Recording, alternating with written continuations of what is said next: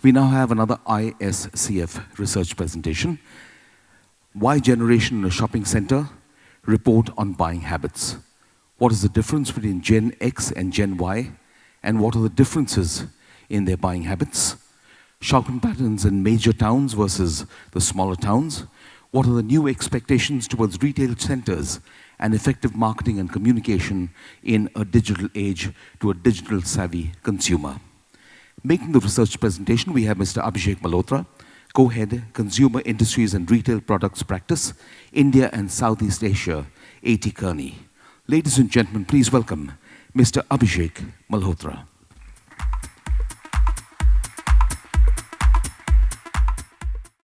Good morning, everyone. Neeraj, thanks for the presentation. You know, when you run a business, there are two things that really matter. First thing is making money and kind of, how to structure the business. So Neeraj spoke about that. And the second thing which matters is consumers, right? And so my presentation over the next 20 minutes will talk mainly about consumers. So the topic given to me was Gen Y and their shopping trends. Before getting into Gen Y, I just wanted to kind of take a step back and as I said, talk a little bit about the consumer. All of us wouldn't be here, we wouldn't have a business if we were not here to serve the Indian consumer. If you look at it,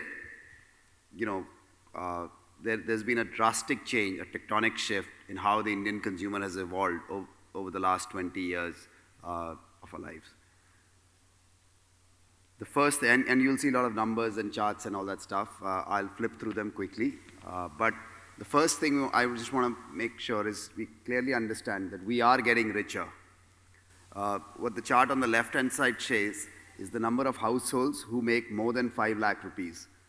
In 2000, most of the people in this room did not make that money. We did not come from households where the income was more than 5 lakhs. Definitely, I did not make that money. Today, nearly about 10% of us do that. And in another 5 years, 1/3 of the population would be making more than 5 lakh rupees. And why 5 lakh rupees? It's actually important to know that once income rises above a certain level, discretionary expenditure kicks in. And that discretionary expenditure is kind of grows exponentially. For somebody who makes a 1 lakh rupee more over and above that 5 lakh, most of that discretionary expenditure goes in eating out, goes in buying apparel, goes in buying a better car, a better smartphone, more entertainment, and more other things kind of thing, as the basic necessities of life, which is staples, rent, and other things, are taken care of. And so that one thing is leading to significant increase in discretionary expenditure. Obviously, there might be small hiccups in the road, economic sentiments, Neeraj spoke about it, slowdowns, but overall, that thing is driving and will continue to drive significant increase in consumption spending across the Indian market. The right-hand side talks about being young, which, I don't think we need to remind, in the media covers enough of that. The second thing is, and I know, the press covers a lot about online and, it's the death of online now. 6 months ago, it was the new age, which was going up. I think if you kind of put all the valuation stories aside and just focus back on the consumers, this being online is a state which is here, it's here to stay, and it will increase kind of thing. A.T. Kearney does a lot of research, talking to consumers globally as well as in India. What the blue color chart shows, of the people who are online and who do shop, right, we have a much higher preponderance to shop online. That is a given. It could be driven because we don't have access to that much offline retail. So, it's a preferred option for us. The right-hand side chart talks about how the growth is coming from not only tier 1, but significant growth. So this is growth rate over the last 4 years. Growth is coming from cities which are not typical in nature. Obviously, a very small base impact, very, very small markets. A few years ago, there were 20 packets being shipped. Now, 100, 150 are there. But the thing is, aspiration, access, everything is out there.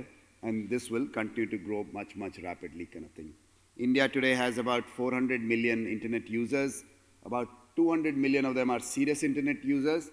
And about a quarter of them have already shopped online, right?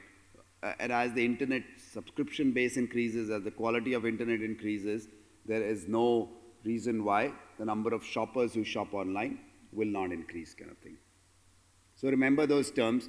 Indian consumers are richer, they are younger, and they are more online, kind of thing. So that's look at the overall consumer base. As a result of that, the retail landscape is also changing. Again, a couple of numbers. Overall retail market, this includes everything, right? And I'm sure every firm has its own numbers and stuff like that. I was reading that beautiful printout newspaper that's on our tables. That also has a number which correlates to it. So total, kind of retail market, about $600 billion.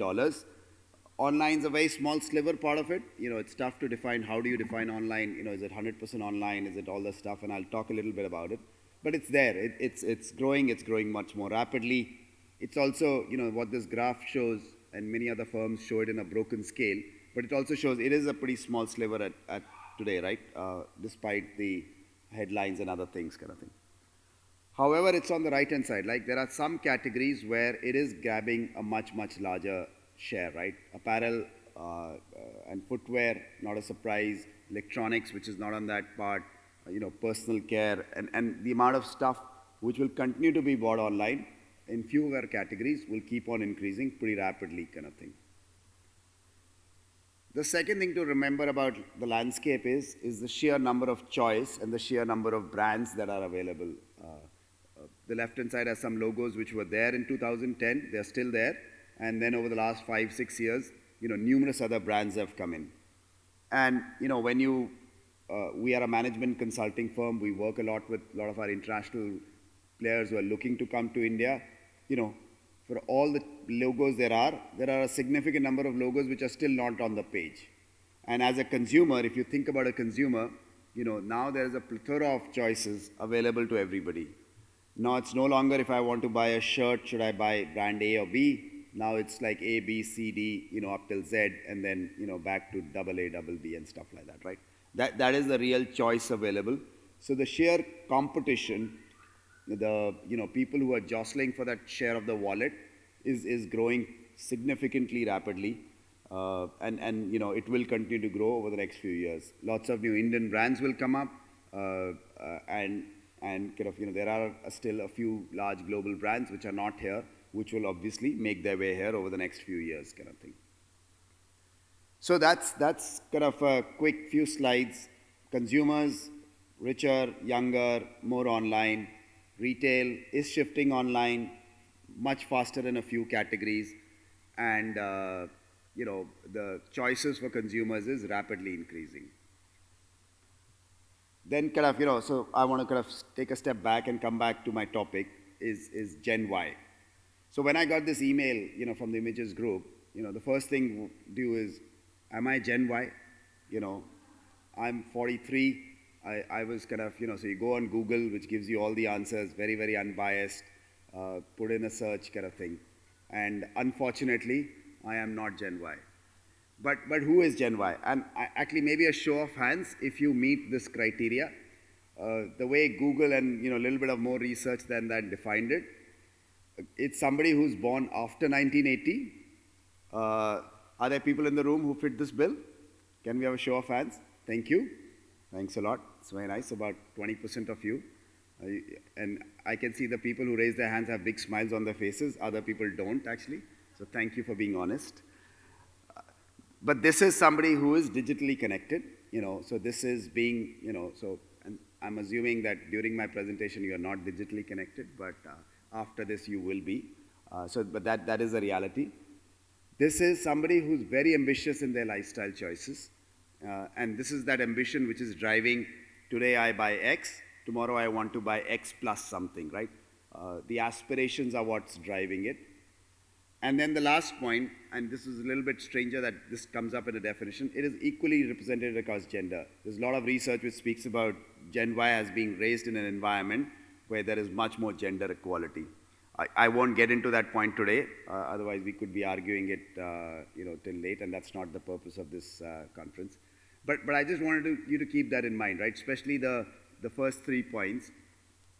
Somebody who's young, less than 40, very, very digitally connected, social media, smartphones, aware of everything, Instagram, very ambitious in terms of is making money, is very, very ambitious as to what they want to do in terms of their lifestyle, what they want to wear, what they want to consume, where they want to live, how they want to be interacted with. So a level of expectations which is much, much higher kind of thing. So given that, we kind of, if you had to ask Etikani kind of, what are the 5 things that define these consumers? And I'll have a slide on each one of these. And unlike the scope of my kind of presentation, I do not want to get into a comparison what X does and Y does, right? Otherwise, I'll come out much more demoralized and depressed than what I am today. So I just thought I'll focus on what are the 5 things Gen Y consumers do, right? And let me just go into them and I'll summarize them at the end again. So the first thing is this is a kind of a generation which is very, very comfortable with addressing multiple channels. I know we speak a lot about online, offline, when we speak to these people, it doesn't matter to them. They are not differentiating between different channels and all that stuff. It's just stuff. They're just buying stuff. And whatever happens in that buying stuff, lots of interactions happen kind of thing. And one of the things I did, there's somebody, an analyst who helped me prepare this presentation. I asked her, Shrestha, to say, if you want to buy a phone, what happens, right? Let me walk through your purchase cycle. So let's start at the top. Shrestha searches online. She also goes to stores. She went to see a movie, walked into a big digital store, saw all the models there. The one thing which influenced her most, she put a post in there, hey guys, looking to buy a phone, any recommendations? And I'm sure all of you have done that. She got 120 recommendations from her friends. That's the amount of stuff within 24 hours. On phones she should buy, on phones she should never buy, kind of thing. And there were brands which were on both the list, right, kind of thing. But that's the power. In 24 hours, you have good feedback from friends you may not have spoken to in like years, but still very willing to give you a feedback as to which phone you should buy, right? They don't know you for anything apart from seeing you on Facebook. But that is reality. They are making judgment decisions. It's a very, very key part of the input kind of thing.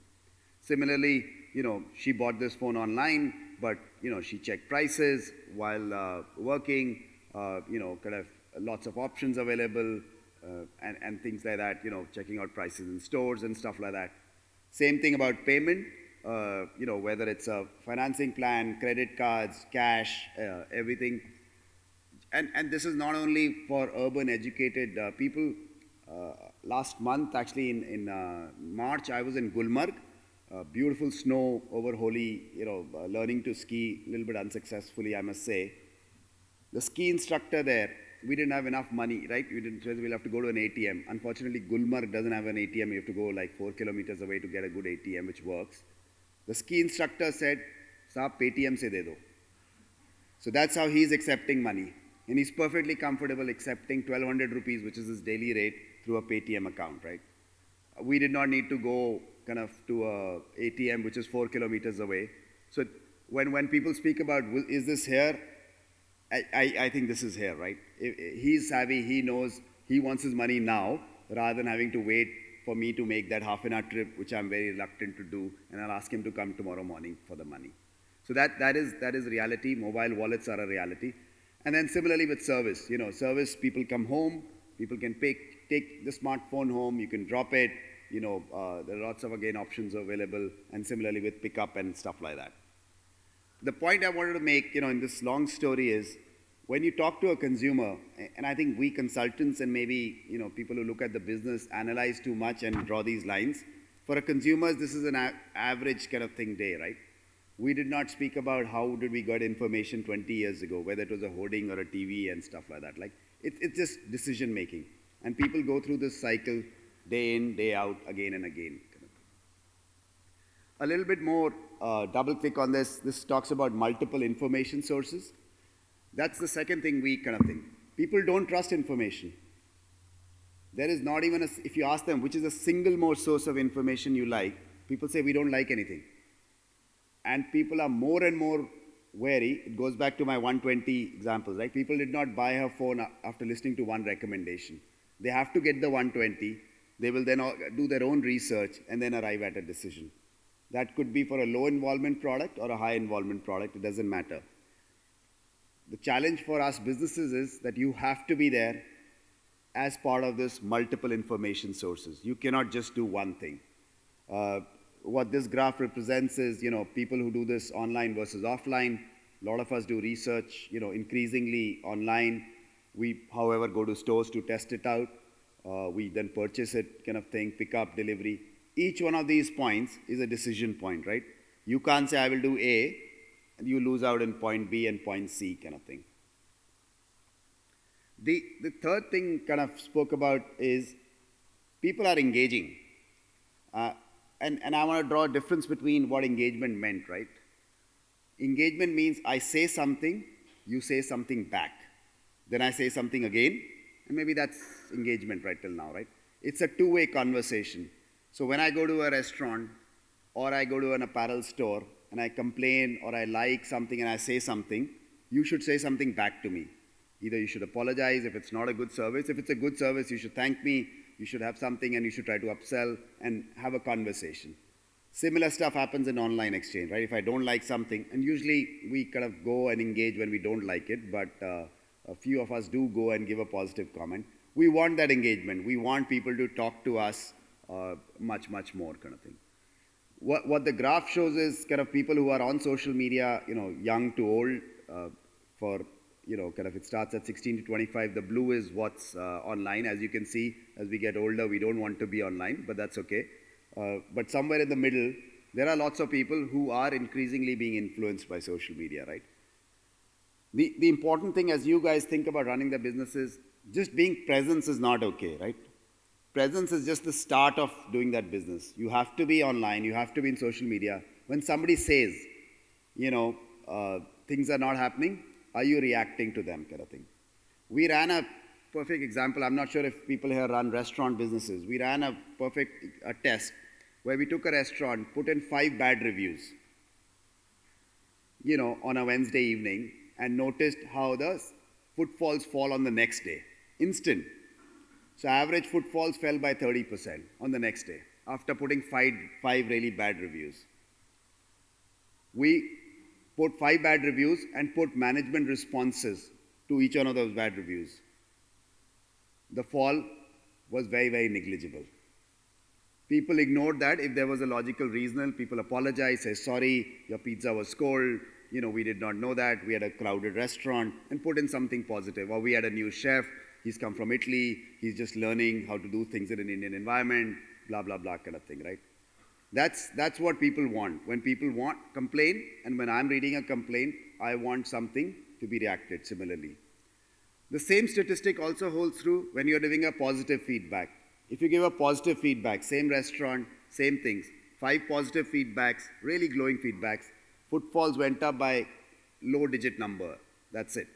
It did not go up significantly well. When the management reacted and said, thank you, our new chef has come from Italy, he's really great, boom, that's what connects with people. It's not a boilerplate cut and paste, but it's something that really means something for a consumer. It can still be boilerplate, but the consumer may not know that, right? So that's what consumers want. These people want to engage. They are willing to share a significant amount of data. Frankly, privacy and other things doesn't matter that much. They are willing to share if you are willing to listen and engage back with them. Okay, now this is an interesting part. Lots of people have done research whether the generation is more brand loyal or less brand loyal, kind of thing, right? And I know this is a shopping center forum, so I will even focus on the right-hand side, right? So basically, focus on the green and the blue at the top, which says they are completely loyal versus mostly loyal.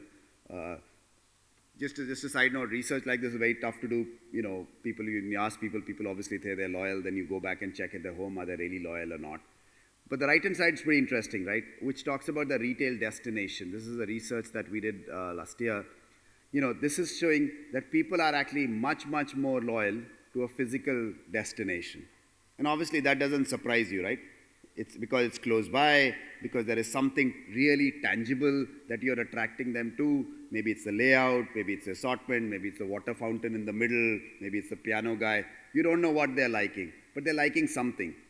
And it's really tangible. Online, it's really tough actually, because somebody, can innovate, can attract something more, much, much better kind of thing. But, so I think that's the other point. They are showing brand loyalty. It doesn't mean, they will be loyal for life on kind of thing, right? We spoke about lots of choices. They have a tendency to be loyal. If you can give them what they want, I think this would be a good kind of thing. And the last one, this is the famous Indian kind of things, right? We're still value conscious. Despite having money, despite having everything, this is a consumer base where good prices or value prices still matters a lot. And this is time and time again, it's not that we are cheap, it's just we want to think we got a good deal kind of thing, right? Famous study we did, you stand outside a grocery retailer, any of the big kind of thing, you ask a housewife if she walks out with, or even a guy or a family who walks out with a cart, you ask them how much did they spend? What was their bill? 2,000 rupees. About half of them are not even plus minus 10, 20%, right? They don't even know. They've just paid the bill 3 minutes ago. People say, oh, I was 2,400 and it's 2,800. So plus minus 500 really doesn't get them. Then you pick out one thing from that where there's the biggest discount and you ask them, what was the price? Well, it's very rare. Few categories, there's much higher awareness, oils and stuff like that and staples. But for other products, people just don't remember what, why they bought it. They bought it because it was a good deal. But 5 minutes ago, they don't remember what the good deal was, right? Or what they paid for it. But this perception that we have had a great value plays a very, very significant role. And even Gen Y has been trained, despite having money, this thing about getting a perceived value is a very, very big thing.